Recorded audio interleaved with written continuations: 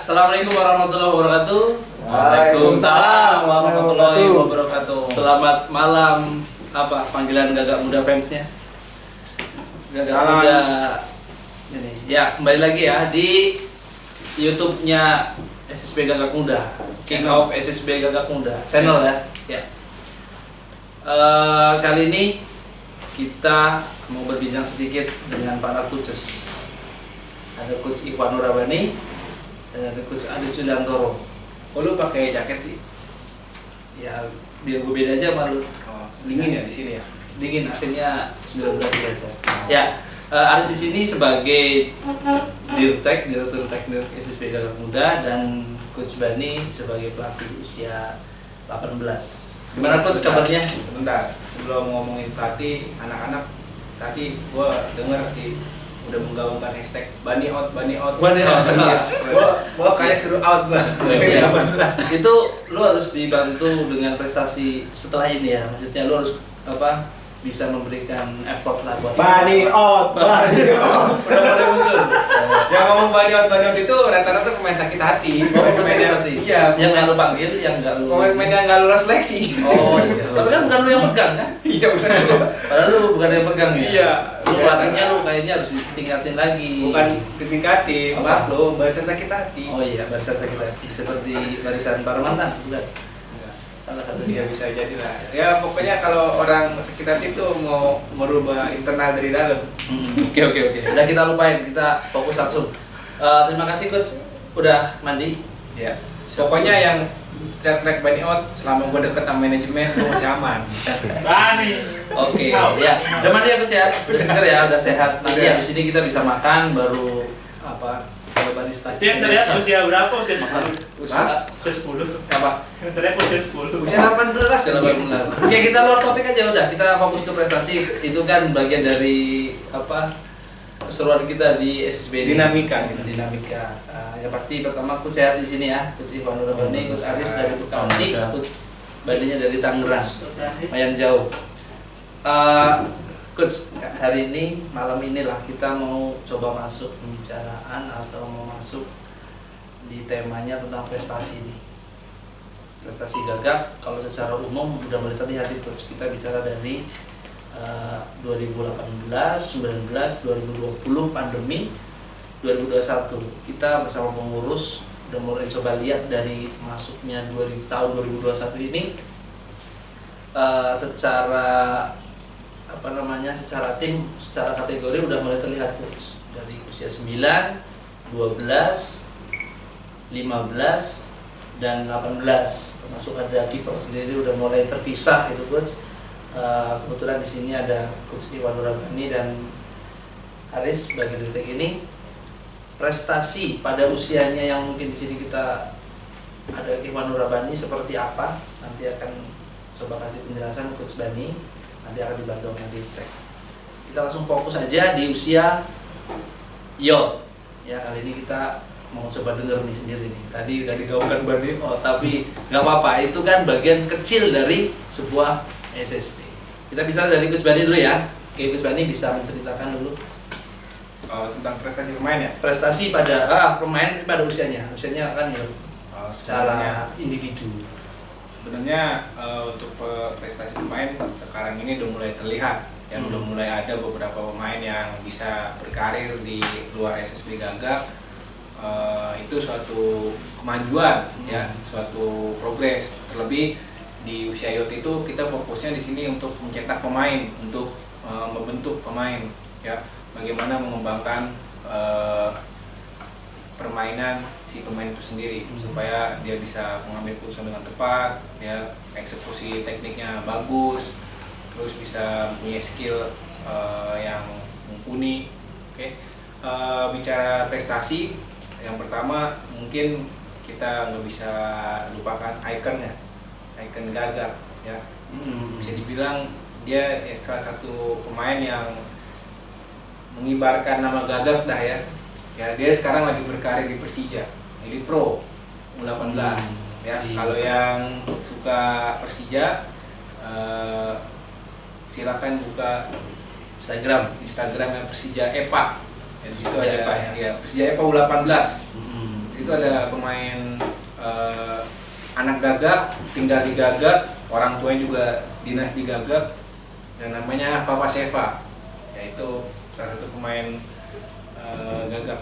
Sempat di ini ya, sempat di interview di channel ini ya. Pernah di interview apa judulnya apa, ngobrol santai dengan pemain Persija Elipro. So tahu. Salah. Kan lu nggak masuk Oh waktu iya. itu. Sakit corona. Ya dah. Oke, lanjutin. Itu pemain yang salah satu icon lah ya. Selain dia di Elite Pro, kemarin dia sempat di IJL Elite, kemudian di Sister City, yang Sister City POPB ya. Ya. Nah, itu POPB ke Cina. Mungkin kalau prestasi lengkapnya bisa dicek di di video yang itu tayangan yang sebelumnya. Ya. Oke. Itu yang pertama, Fafa Seva. Terus yang kedua, sekarang udah banyak tim-tim yang istilahnya menjalin komunikasi dengan SSB Gagak Muda untuk seleksi pemain. Jadi udah ada beberapa pemain yang mungkin dilirik atau alhamdulillah udah mendapatkan tempat. Yang pertama ada Kemal Kelahiran 2003. Langsung. Kemal tuh di tim Liga 3 Putra Indonesia. Besok akan bertanding dalam waktu dekat ini di bulan November. Itu tim Putra Indonesia. Kemudian ada juga kemarin beberapa pemain yang seleksi di Persitara U18. Ya, ada Putra, kemudian ada Mikdad, ya ada siapa lagi? Putra doang kalau masalah yang seleksi Persitara. Cuma belum rezeki. Kemarin ada lagi yang seleksi di Batavia FC. Batavia FC tim U18-nya. Tim U18-nya. Nah, Batavia FC 18. Iya. Surati 17 dong. Dia U17 ya. Itu ada tiga. Yang pertama dari U16 ke U15, kiper namanya Vero. Surati 15 itu. Surati 15. Itu dia keren 2006. Lalu ada Raya, kemarin sempat seleksi, lolos tahap pertama, kiper juga, keren 2004. Kemudian ada Rehan pemain striker gelandang, kelahiran 2004. Jadi udah seleksi tahap ketiga sekarang. Kemudian ada juga tim PSJS Jakarta Selatan. Itu ada 3 pemain. Yang pertama pemain U18 2 orang, satu lagi pemain U15 asuhannya Coach Ilham. Yang U18 ada 2, si Adam kelahiran 2005, posisinya gelandang, sama Ripal kelahiran 2004, posisinya striker. Terus yang U15 itu Suratinnya ada si Akbar, posisi wing kanan atau wing kiri. Saya rasa itu aja. Kemarin sempat beberapa kali seleksi ya di Batavia FC maupun di PSJS, tapi hanya sedikit yang masih dapat rezekinya. Saya rasa itu aja. Berarti secara kesimpulan udah mulai ada yang mulai diterima di tim, khususnya yang sudah tim tim Aspro DKI ya, tim DKI Jakarta lah atau Liga 3. Tapi secara individu nih Bang, secara individu itu pemainnya Bani ini kalau dari secara kondisi fisik atau teknik itu udah mulai terlihat, berani, maksudnya meyakinkan kalau itu udah naik juga kan, itu kan juga sebuah prestasi. Kita nggak bisa bilang hanya prestasi masuk tim berarti itu yang bagus secara, sedangkan masih ada individu yang lain yang juga kita patut kasih aplaus atau kasih reward itu loh. Jadi secara latihan kita fokus di situ. Tadi ada yang lewat satu pemain di Asio ya, U18, sorry 17 sudah. Oh 17 ya, namanya Farhan, posisinya bek kiri, stopper, kelahiran tahun 2004 ya. Tadi bicara mengenai masuk individu yang oke lah, nggak masuk tim itu kan bukan nggak bisa main atau nggak bagus kan, pasti dia punya kualitas mungkin nggak bisa ditempatkan di tim itu. Makanya secara kualitas individu gimana untuk sekarang, khususnya buat sekolah Gagak Muda ini? Sebenarnya kalau buat kemampuan tim itu tergantung kebutuhan pelatih dari tim yang Ya. bersangkutan. Kalau masuk skema karakternya cocok, Cocok. ya itu dia bisa masuk lah, dibutuhkan. Dan juga kembali lagi ke rezeki, ya rezeki itu nggak ada yang bisa nolak lah. Kalau emang udah takdirnya dia di situ. Sebenarnya dari kualitas pemain udah banyak peningkatan, udah banyak progres, dari fisik juga progres. Cuma tergantung kita melihat dari sisi mana dulu, levelnya mana dulu. Ya, kalau kita lihat dari compare-nya, perbandingannya itu dengan tim PPOP, tim Tim diklat lah ya. Diklat belajar. Ya masih beda jauh. Ya, mungkin dia latihannya udah beda. Latihannya tiap hari. Terus kalau kita lihat dari Elite Pro atau tim Liga 3, Garuda Select, ya itu juga masih beda jauh. Tapi secara mental udah berani menghadapi pemain-pemain itu. Skill juga udah berani, udah bisa.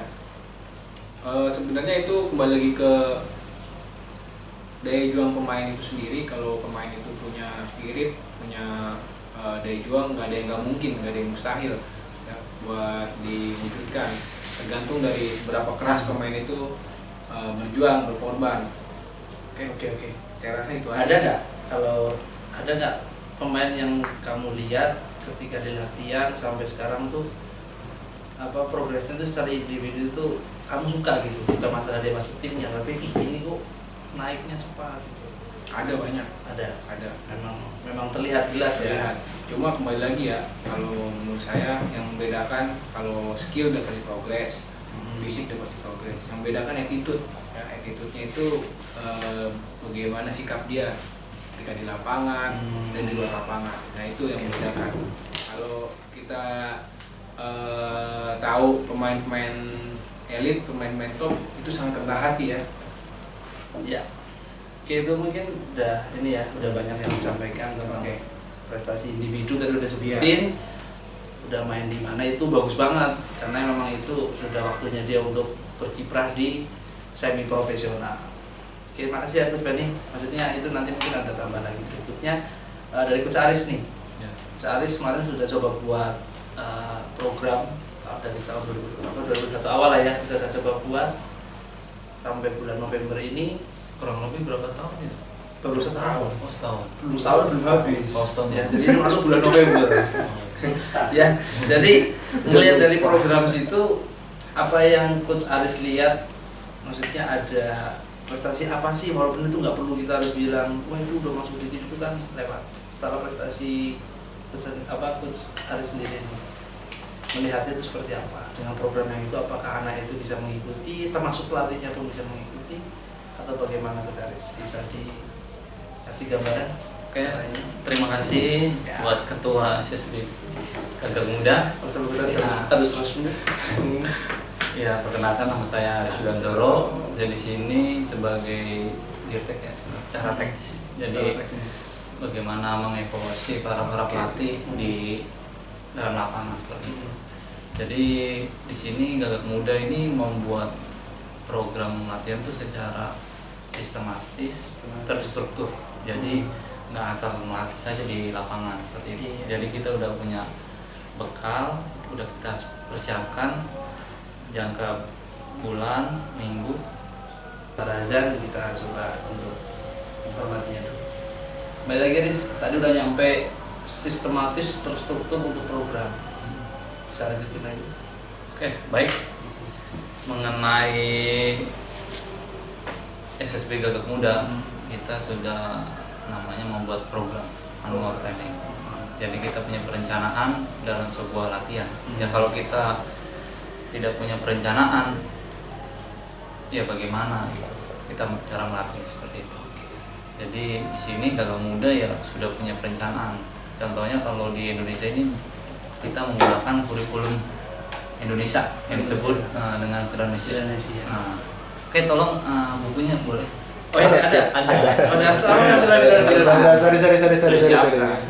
Jadi orang tua nggak perlu takut kalau anak-anaknya latihan di SSB Gagak Muda ini. Boleh pegang. Nah, di sini ada kategori grassroots-nya, di sini ada youth. Berarti kita buka yang mana? Hah? Yang kita Enggak, contoh aja, contoh. Dan di sini ada 2 kurikulum yang disebut Valencia. Gitu. Di dalam Valencia ini itu ada 3 unsur di dalam ini. Yang pertama itu ada namanya proaktif. Yang kedua itu ada namanya progresif. Yang ketiga itu ada namanya konstruktif. Jadi ya, maksud dengan proaktif itu bagaimana di dalam kurikulum ini ingin selalu menguasai bola. Jadi position game. Main bola, pemainnya main menguasai bola. Iya, berani menguasai bola. Selalu mengambil inisiatif ya. Betul. Inisiatif untuk menguasai bola. Benar. Jadi pengen bola Iya. itu datang terus Terus yang kedua itu ada namanya progresif. Ya, selalu tuh prioritas ke depan. ke depan untuk cetak gol. Jadi bukan hanya position aja. Jadi mereka ada tujuannya seperti itu. Cetak gol ya. Nah, cetak gol. Terus yang terakhir itu ada namanya konstruktif, bermain dari bawah ke tengah. Terus kemudian ke tengah, ke depan dan goal scoring. Pola ya. Berpola, jadi punya karakter. Indonesia sudah buat kurikulum seperti ini. Jadi kita bagaimana mensosialisasikan dari SSB kita sendiri. Gagak Muda seperti ini. Alhamdulillah PSSI kita sudah coba menerapkannya. Semoga di kedepannya sepak bola Indonesia makin jaya. Bisa langsung ke Bani lagi apa strategi? Maksudnya dari 3 ini sudah coba mengawal Coach Bani ini dari segi latihannya, materi termasuk apa latihan per minggunya. Ya dalam arti kita kurang lebih kita udah hampir berapa bulan menggunakan ini? 10 bulan. 10 bulan ya. Dan hasilnya pun anak-anak pada Terlihat peningkatan ya, terlihat progres ya. Kita juga bisa lihat tuh Jauh. dapat, kita udah masuk juga di video, makanya Iya. kita setelah 2021 dengan berpacu pada Finlandia, kita juga coba bikin video. Benar. Ada di YouTube, itu benar-benar kita juga lihat sendiri luar biasa. Jadi ada tambah lagi Coach Bani dari segi materi yang disampaikan Coach, apa dari progresif mungkin udah bisa dikasih tahu, terus konstruktifnya secara ini. Saya rasa dengan adanya program dan kurikulum ini Ya, sangat bisa. membantu sekali tim pelatih untuk menyiapkan materi, untuk men-set tujuannya atau goalsnya itu mau kemana nih setiap kali latihan. Ada target yang harus dicapai, misalnya target mingguan, ya target harian, ya itu semua harus di set. Jadi ketika tidak mencapai target, ada yang harus dievaluasi, dan kita juga ada evaluasi per 3 bulan per periode setelah program ini berakhir. Nah, kita selalu evaluasi kira-kira di mana kekurangannya, apa aja yang kekurangannya. Oke, sebagai tambahan baru 2 bulan ini kurang lebih kita udah mulai latihan program weight training ya, mulai dari usia kecil sampai usia youth, itu semuanya latihan pengenalan, latihan beban yang menggunakan berat badan sendiri. Di sana kita udah ada matras ya, perlengkapannya. Matras aja. Matrasnya coba kayak gimana? Iya. Siapa? Jadi ini Coach Aris sih apa dari Dari matrasnya. memang perlu ini ya Coach Aris ya. Terus sebelum kita ke materi, kita ada Weight training. iya, ada latihan All body weight. pengenalan.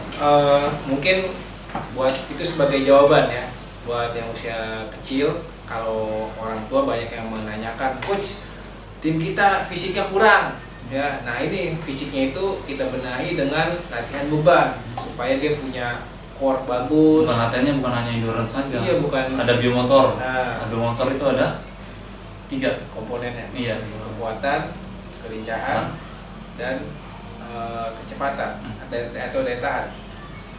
Ada strength, endurance, ada speed, Oke. dan satu lagi flexibility. Oke. Ada 4 biomotor. Kalau itu maksudnya ke ranah fisik ya? Prestasi. Maksudnya apa tadi?